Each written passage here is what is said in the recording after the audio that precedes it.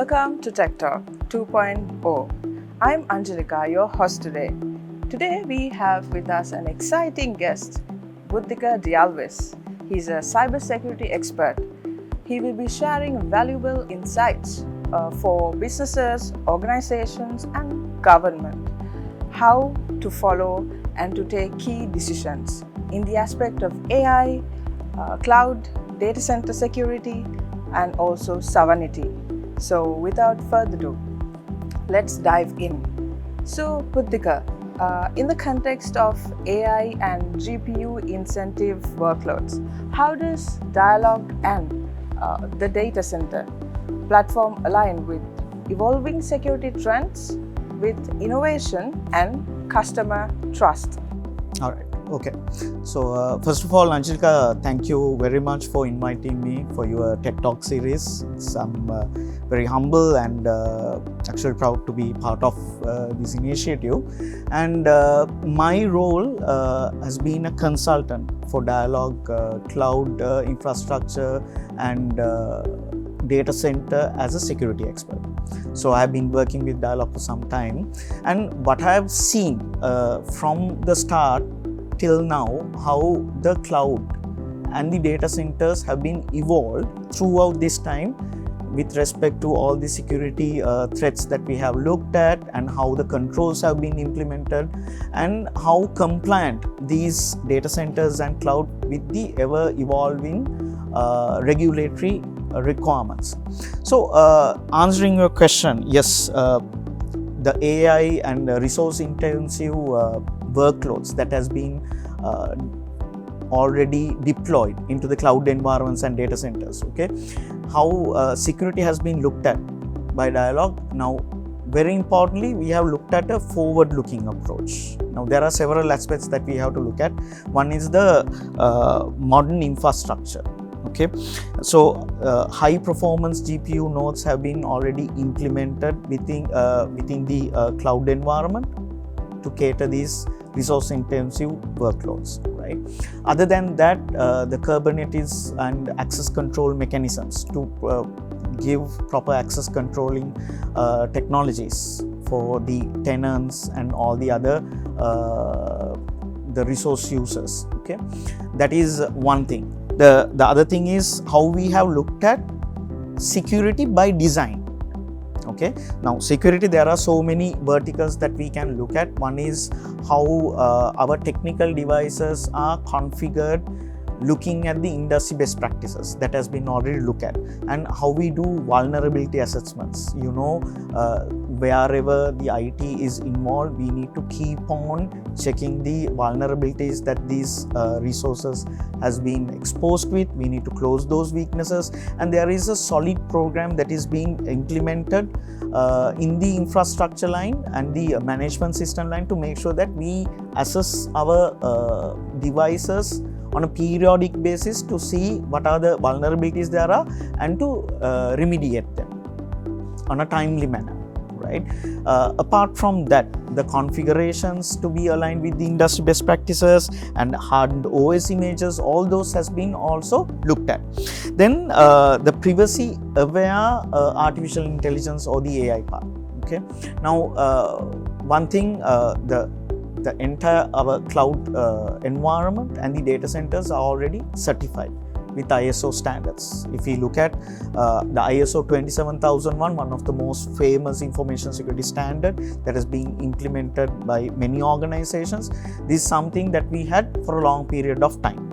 And with that, we have now extended our cloud standard to ISO 27017, ISO 27018, and ISO 22301. Now, these standards are looking different aspects of the cloud services and security and operational resilience.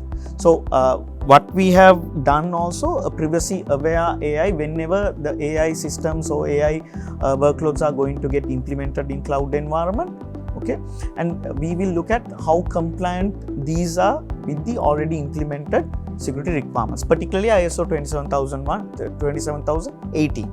Right.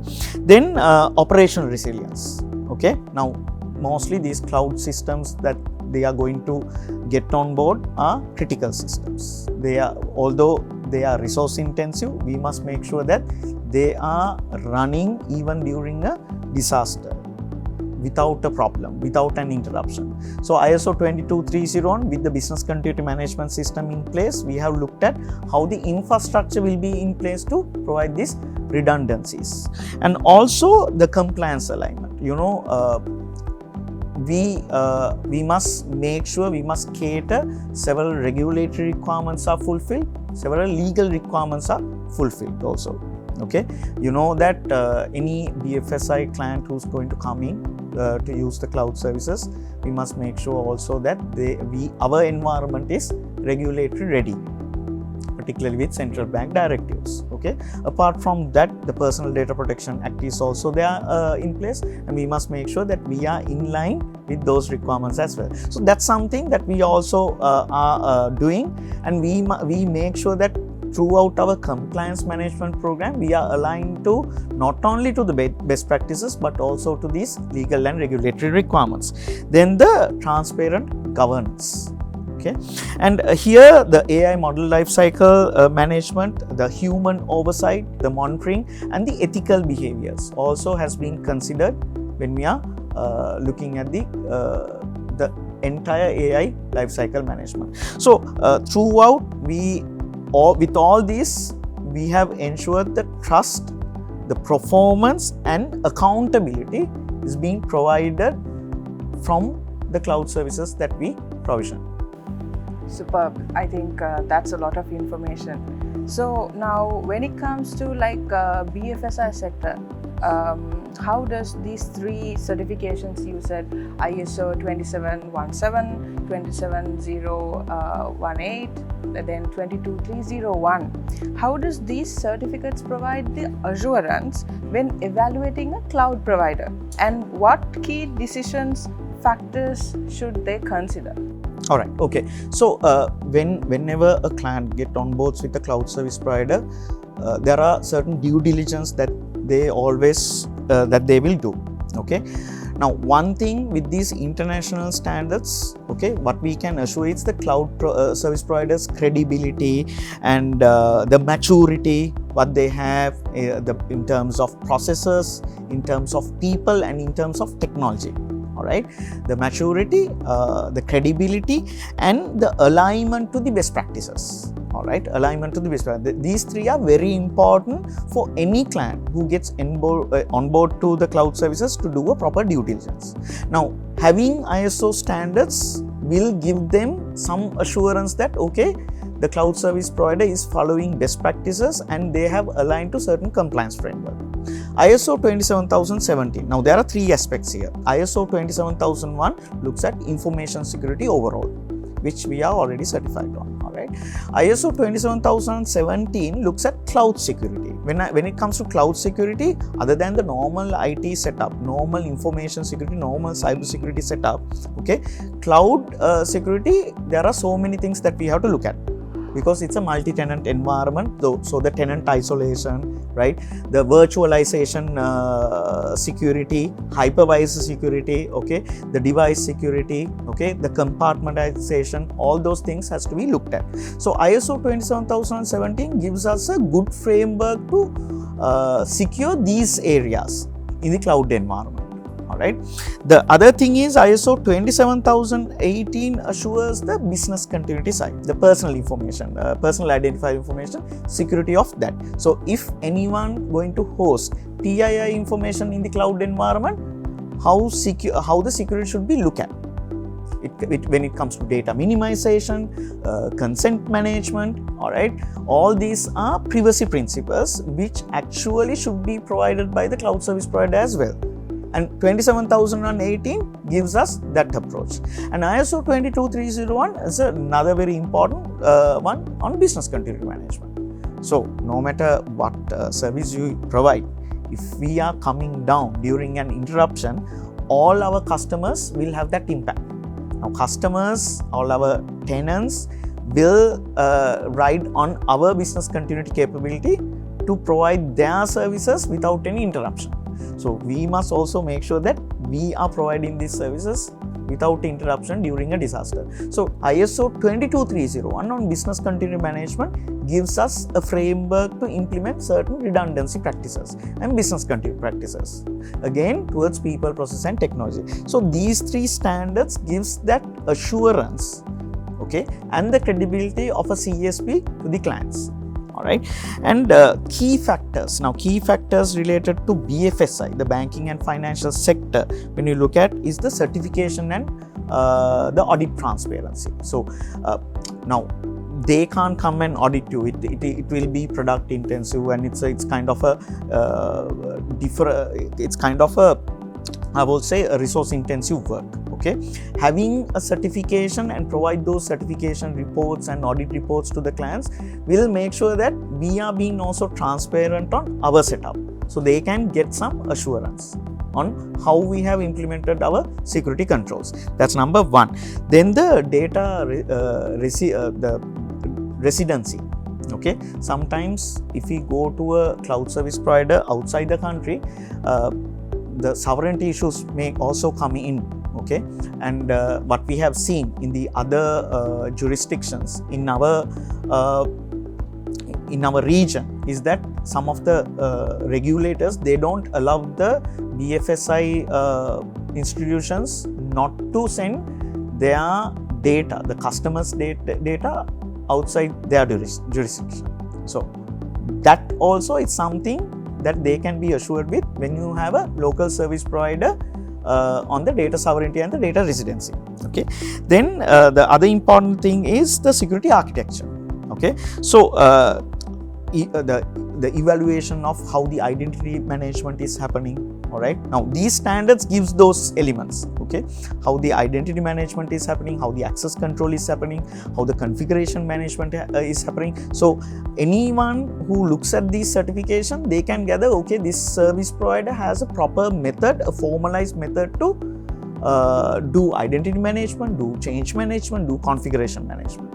Okay, so the security architecture is following a best practice, right? The other important thing is the incident response capabilities. Now, incident response is also talked about, one of the most highlighting topic in these three standards, which if you are following ISO 7017, 18 and 22301, which makes sure that we have a incident management capabilities, a proper capability which has been also tested and attested with the certification. So these are the things that any BFSI client will look at in a cloud service provider. So they can get some sort of assurance if you are having these certifications. Superb. I think a BFI sector customer now knows what kind of certifications and the assurance a service provider can provide. Superb. So now when it comes to strategic factors, what kind of workloads, AI-driven workloads, and how ISO 2017, 18, 22301 supports in AI adoption? All right, so strategic factors that we should consider very importantly is how the computation scalability and GPU availability. All right, that's very important related to the performance. Okay, so how scalable these machine learning models can go with the resources available, and how easy it can be achieved. How easily it can be achieved. Then the data protection related to the training data. So most of these large language models or the AIs will use, they'll have to get trained. And sometimes we give real data, PII data, sensitive personal information for them to train, right? So the data protection part of these data is also a very key consideration. That will also be looked at, will have to get looked at when we look at the AI models. Then the regulatory alignment for the artificial intelligence. All right, so regulatory alignment when it comes to the central bank directives, any other PDPA directives, all those has to be also considered. So those are strategic factors, and one very important thing is the transparency and the explainability. All right. So any algorithms and all those things what we have looked at has to be transparent. That's one of the data protection principle which is talked about in the Personal Data Protection Act as well. All right. And how the certification will support these strategic factors, again, like I told you earlier, 27017 looks at the security controls. Okay, how in a multi-tenant environment, how your compartment will be secured.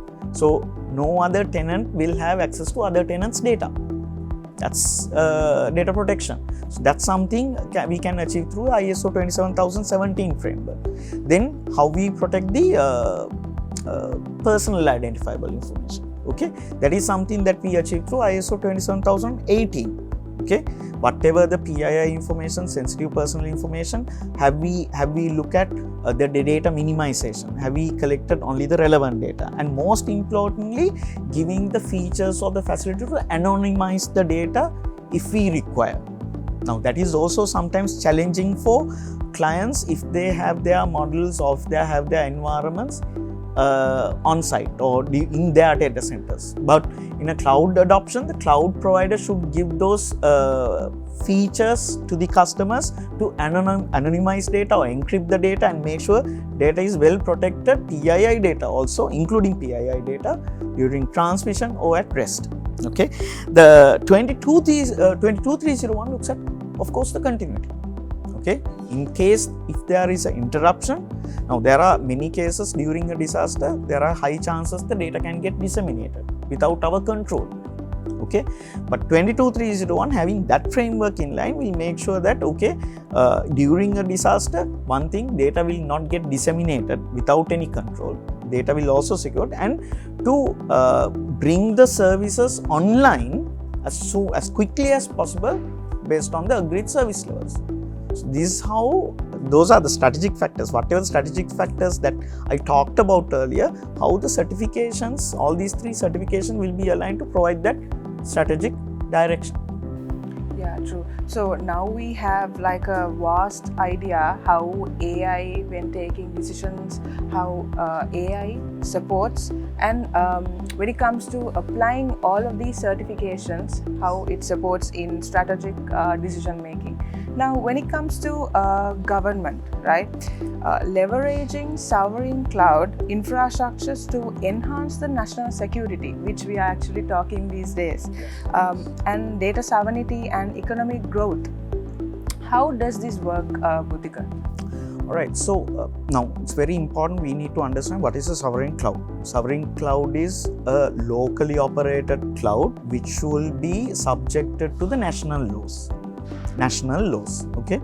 Now the benefits of a sovereign cloud is, if it's in our jurisdiction, the local laws, it's very safe. So whatever directives come, one thing is, whatever the data that we have, another country can't come and get those data outside of our environment. So we are bound with our national laws. Okay. Now jurisdictional control is one of the very benefit that we get with a local cloud service provider. Okay, the jurisdictional controls and the cybersecurity enhancement. One that is basically we can rely on the national cybersecurity initiatives or the threat intelligence mechanisms when we are using a local cloud, because that infrastructure, that setup is also subjected to the national threat intelligence or the national cybersecurity measures, initiatives. Okay. The other thing is the regulatory compliance. Now, when it comes to regulatory compliance, certain localizations, it is very difficult if you have certain localizations to implement if you are outside the jurisdiction, because they will give us less priority. Okay, you can't ask a public cloud service provider to align themselves to a particular requirement of a local Personal Data Protection Act requirement. It's very difficult. The market is small and they will not actually give any consideration for that. But when it comes to local service provider, yes, they will always align, because that the demand is there, right? They'll have to align to the local regulatory requirements or the local legislative requirements. Right? So it's very easy That localization is there. So those are the benefits. And when it comes to the economic growth benefits, of course, it will support the local industries. Very particularly the cost factor will also come into play, right?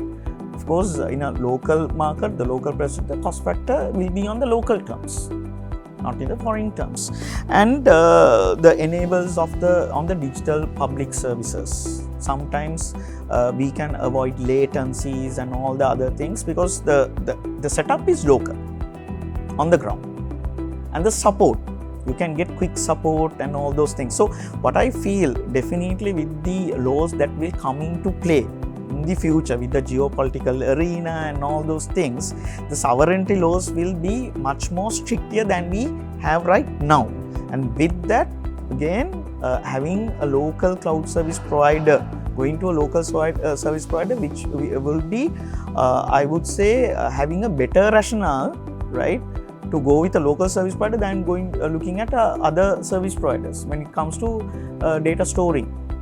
Okay, so definitely government and BFSI will keenly look at this part, right, and it will add a lot of benefits.